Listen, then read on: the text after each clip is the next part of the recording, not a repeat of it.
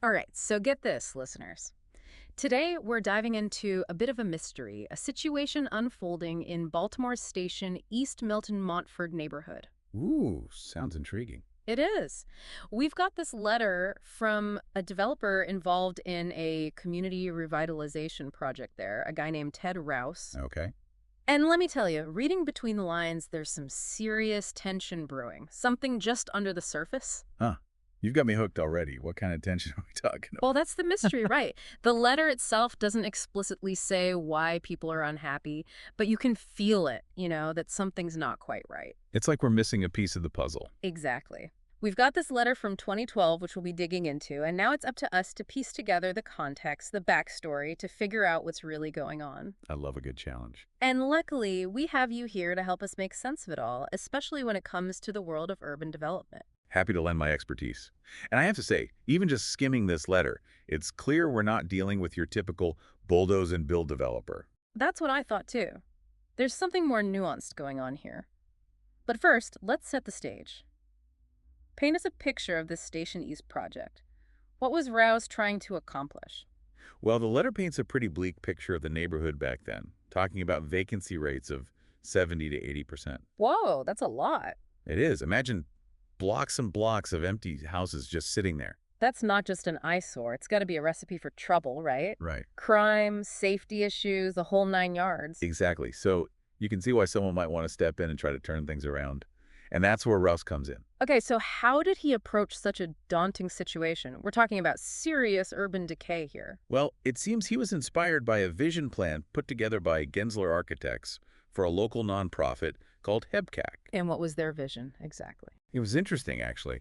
The plan wasn't just about slapping fresh paint on some houses. It took a much more holistic view, looking at the entire ecosystem of the neighborhood, so to speak. So, not just fixing up individual properties, but thinking about the bigger picture, how everything connects. Precisely.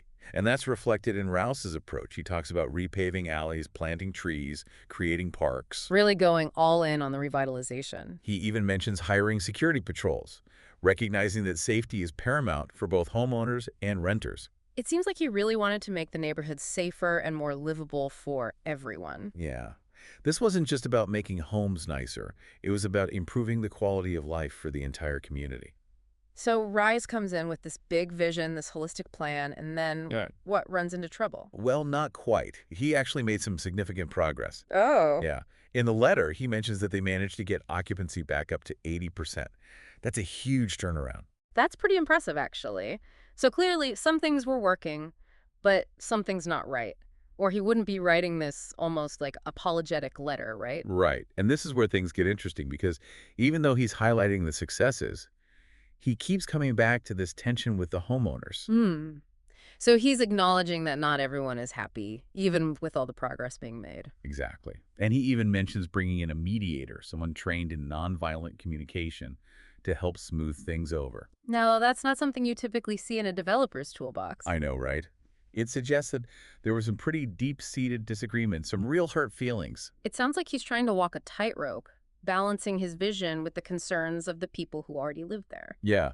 And to me, this speaks to a classic revitalization dilemma. That tension between the potential for improvement and the fear of change, especially for longtime residents. Makes sense, because even if Rouse genuinely wanted to improve the neighborhood, his vision might not have lined up perfectly with what the residents wanted. Right. And we're not even sure what the specific sticking points were because the letter doesn't really give us any details. It's true, it's all very vague. We know the homeowners are unhappy, but we don't know why. Exactly. But there are a few clues sprinkled throughout the letter, little hints that we can try to unpack. Like what? Give us an example. Well, for instance, he mentions that Hebcac's original partner on the project, another developer, backed out. Oh, why was that? They didn't think the financial returns would justify the risk. Basically, they didn't think they could make enough money. Ah, so right from the start, there's this tension between the financial realities of development and the social impact on the community. Exactly. And that's where Rouse's role becomes even more intriguing, because he basically stepped in and put his own money on the line. Really? Yeah, offering low-interest loans to get things moving. So he's not just a developer, he's kind of like a community-minded investor, someone willing to take a bigger risk because he believes in the project. That's how it seems. which makes the mystery of the homeowner's discontent even more perplexing. I agree. So we've got this developer with a grand vision, a neighborhood in desperate need of help, and now this underlying tension with the residents. Yeah, a lot of moving parts. What do you think, just speculating here, what are some of the potential reasons behind their unhappiness?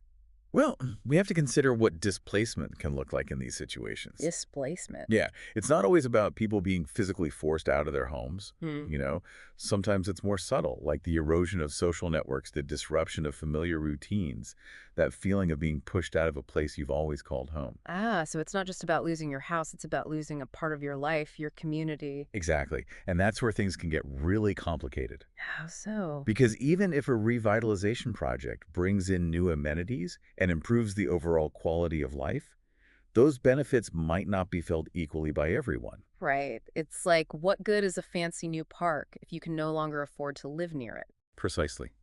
And that's why it's so crucial to look beyond the surface and really try to understand lived experiences of the people who are most impacted by these changes. Okay, so we've set the stage. We've got our mystery, our main players, and a sense of the complex dynamics at play. Yeah, we're off to a good start. But we're still missing those crucial pieces of the puzzle, right? What are the homeowner's specific concerns? And what led to this simmering conflict that Rouse is so clearly trying to address in his letter? To answer those questions, we need to delve deeper into the letter, especially the parts about funding, and consider the broader context of urban revitalization efforts. What are the common pitfalls, the unintended consequences, the power dynamics that often come into play? So, picking up where we left off, let's look closer at some of those potential causes of homeowner discontent. One thing that pops out from Rouse's letter is his talk about funding, how hard it was to get. Yeah, he mentions traditional financing being almost impossible to secure because of how run down the neighborhood was. Right? Like banks weren't exactly lining up to invest in a place with so many vacant properties. So he had to get creative, right? He ended up having to put in a lot of his own money to get the project off the ground, offering low interest loans and things like that. Exactly. It makes you wonder, could the way this whole thing was funded be part of the problem, a source of tension? That's a good point. It's not like he just had a blank check, right? He had to piece together funding from different sources. Absolutely. Projects like this often rely on a whole patchwork of funding. You've got government grants, tax credits, private investment, A real mix. and each of those sources comes with its own strings attached, its own set of priorities and rules. Ah, so it's not just about getting the money, it's about navigating this whole web of expectations and obligations. Exactly. And sometimes those priorities might not be what the community actually needs or wants. Give us some specific examples. Rouse mentions a couple of programs like Vacant to Values and the Sustainable Communities Historic Home Ownership Tax Credit Program. Right. Those are both great programs, in theory, aimed at revitalizing neighborhoods just like Station East. But there's a but, isn't there? Well, like I said, they come with their own sets of rules. Let's take vacant to values, for example. Its main focus is getting those empty houses back on the tax rolls. Makes sense. A vacant house isn't generating any tax revenue. Right. So the program incentivizes developers to fix up those abandoned homes and sell them to people who will actually live in them. Sounds like a win-win. Get rid of blight, increase home ownership, boost property values. What's the problem? The problem is that sometimes it can lead to a really fast increase in property values. And that's bad. Why? Well, if prices are going up quickly, it can end up pricing out the people who've been living in the neighborhood for a long time. Mm. They might not be able to afford the renovated homes or the higher property taxes that come with those higher values. Ah, I see. So even a program with good intentions can end up backfiring, pushing out the very people it's supposed to help. It's that displacement issue we were talking about earlier. Exactly. It's a tricky balance. Yeah. And then you have the Historic Tax Credit Program, which is all about preserving the unique architectural character of older neighborhoods. Okay, so that sounds like a good thing, right? Maintaining the charm and history of a place. It can be, but it also adds to the cost of renovations. Because you have to meet all those historical preservation standards. Right. And those extra costs might get passed on to the buyers, making the homes even less affordable for the people who are already struggling to stay in the neighborhood. So you're saying that even programs designed to help can sometimes have unintended consequences. Unfortunately, that's often the case. And then there's the whole question of who gets to decide what is historic or architecturally significant. That's an interesting point. You're talking about power dynamics now, right? Absolutely. Who gets to decide what gets saved, what gets demolished, what gets reimagined? Whose vision of the future wins out? It can get really complicated. It can. And this is where things can get especially tense in revitalization projects. Residents might feel like they don't have a say, that their history is being erased, that their community is being turned into something they no longer recognize. It's like that saying, one person's trash is another person's treasure, right? What one person sees as blight, another sees as part of their heritage, their identity. Exactly. Yeah. And that's why community engagement is so important in these projects. It's not enough for developers to just come in and say, here's what we're going to do. It needs to be a two-way street. So it's not just about the end result, it's about how you get there. It's about listening to the people who already live there, understanding their concerns, and incorporating their ideas into the process. Right. It's about collaboration, not dictation. Now, Rouse does say that he wants to understand the homeowner's perspective. He even mentions bringing in a mediator to try to improve communication. He does. But based on this letter, it's hard to say how effective those efforts really were. So maybe there was a disconnect between his good intentions and how things actually played out. It's possible. And remember, community engagement isn't just about checking boxes. It's about building trust, establishing real relationships, showing the community that you're truly committed to their well-being. Which can be challenging, I imagine, especially when you have competing interests and different visions for the future. Definitely. And we haven't even talked about the potential role of gentrification in all of this. Hmm. Remember, Rouse's letter doesn't tell us who these unhappy homeowners are. True. We're assuming it's the people who are already living there, but maybe it's a mix of old and new residents. Maybe some of the newcomers aren't happy with how things are going either. That's a good point. It could be a mix. And it's important to remember that gentrification is a really complex issue with both positive and negative aspects. Yeah. On the one hand, it can bring new businesses, new energy, new opportunities to a neighborhood.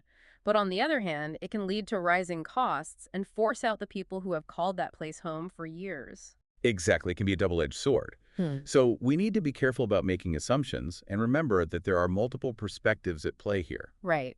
Even if a project succeeds in making a neighborhood physically better, attracting new investment, it doesn't necessarily mean that everyone benefits equally. That's a really important point.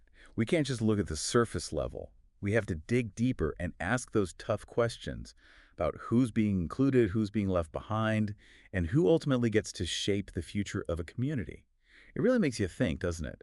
This whole idea of urban revitalization is a lot more complicated than it might seem at first glance. It is. We've been focusing on the potential downsides, the things that can go wrong. But what about the flip side? What are some examples of these kinds of projects actually working, making things genuinely better for everyone?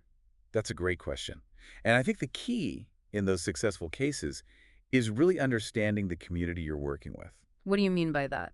It's about going beyond just demographics and statistics, really getting to know the people, their history, their values, their hopes for the future. So it's not just about fixing up the physical space, it's about understanding the soul of the neighborhood. Exactly. And that means involving residents right from the get-go, not just showing up with a finished plan and saying, take it or leave it. It's about co-creating a vision for the future, something that honors the existing character of the community while also addressing its needs. Rouse mentions Jane Jacobs in his letter, that idea of eyes on the street, and how community involvement is essential for safety and a sense of belonging. Do you think he was trying to put those principles into practice in Station East?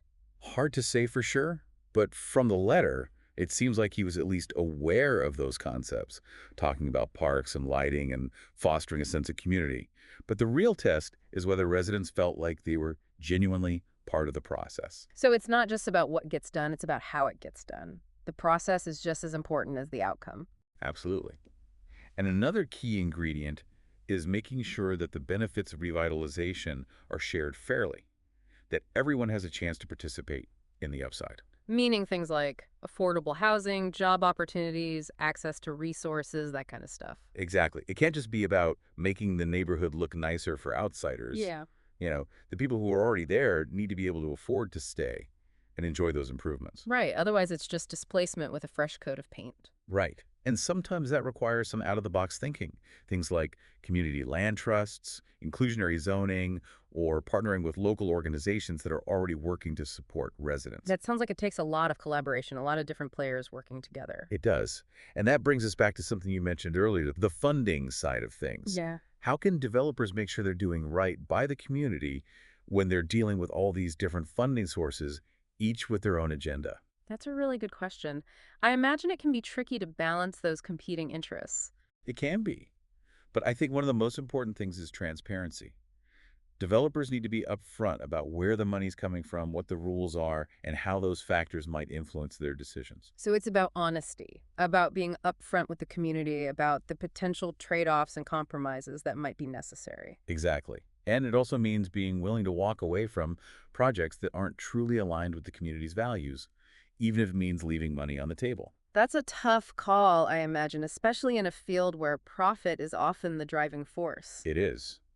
But ultimately, the revitalization projects that work best, the ones that truly make a positive difference, are those that are built on a foundation of trust and a genuine commitment to the community. Recognizing that it's about people's lives, not just buildings and profits. Exactly. It's about understanding that development isn't just about changing the physical landscape. It's about impacting people's lives, their homes, their sense of place in the world. Well said. So, as we wrap up our deep dive into this Station East situation, what are some of the key takeaways you hope our listeners are walking away with? Well, I hope they have a better grasp on just how complex this whole thing is. Urban revitalization, it's not easy, and there's no one-size-fits-all solution. But it can be done well. There are success stories out there. And for folks who want to know if a project in their own community is on the right track, what should they be paying attention to? Great question. I'd say look for projects that really prioritize community engagement, the ones that are upfront about where their funding is coming from and what their goals are, and that have a real plan for making sure the benefits are shared fairly. So, pay attention to who's at the table making the decisions and whose voices are being heard. Yes. And don't be afraid to ask questions, to push back if something doesn't seem right, to demand accountability. Because at the end of the day, it's our cities, right? We all have a stake in their future. Absolutely. And the more we understand about how these things work, the better equipped we are to shape our cities into places where everyone has the opportunity to thrive. We've covered a lot of ground today, haven't we? The challenges of revitalization, the importance of community involvement, the need for equity. It's a lot to think about. It is, but it's important to remember that this is just one story, one neighborhood. There are so many others out there, each with its own unique set of circumstances. So if this deep dive has piqued your interest, we encourage you to keep digging. Do some research on those programs we talked about, learn more about Jane Jacobs and her ideas, maybe even look into what's happening in your own city or town. Knowledge is power, as they say. The more we know, the better choices we can make. Well, that about wraps things up for today. Thanks for joining us on this journey into the heart of urban revitalization. And until next time, stay curious, keep asking questions, and keep learning.